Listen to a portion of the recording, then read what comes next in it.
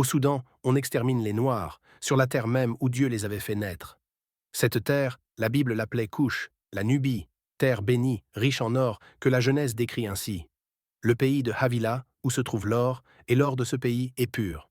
Tu sais ce que veut dire Soudan? En arabe, Bilad as-Sudan veut dire le pays des Noirs. Ironie divine, parce qu'aujourd'hui, dans le pays des Noirs, on tue. Parce qu'on est noir.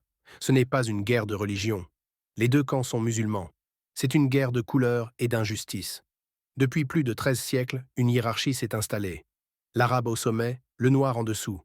Des millions d'Africains arrachés à leurs terres, vendus comme esclaves vers le nord et le Moyen-Orient. Aujourd'hui, les milices arabes, soutenues par des puissances du Golfe, veulent dominer ou effacer les peuples noirs du Darfour. Car les milices vendent cet or, du Darfour jusqu'à Dubaï. Mais ceux qui ne sont pas nés de cette terre veulent la posséder. Ils ont déjà le pétrole, les richesses du désert, mais ils convoitent encore l'or de Couche. Les chrétiens noirs du Soudan, parmi les premiers chrétiens d'Afrique, sont enracinés ici depuis plus de 15 siècles. Et aujourd'hui, leurs églises brûlent, leurs villages sont détruits, et personne ne crie pour eux. Pourquoi? Parce qu'ils sont en Christ, et parce qu'ils sont noirs. 2 fois innocents, 2 fois condamnés. Ils meurent dans le silence du monde, mais leur foi, elle, ne brûle pas. Dieu déteste la haine raciale.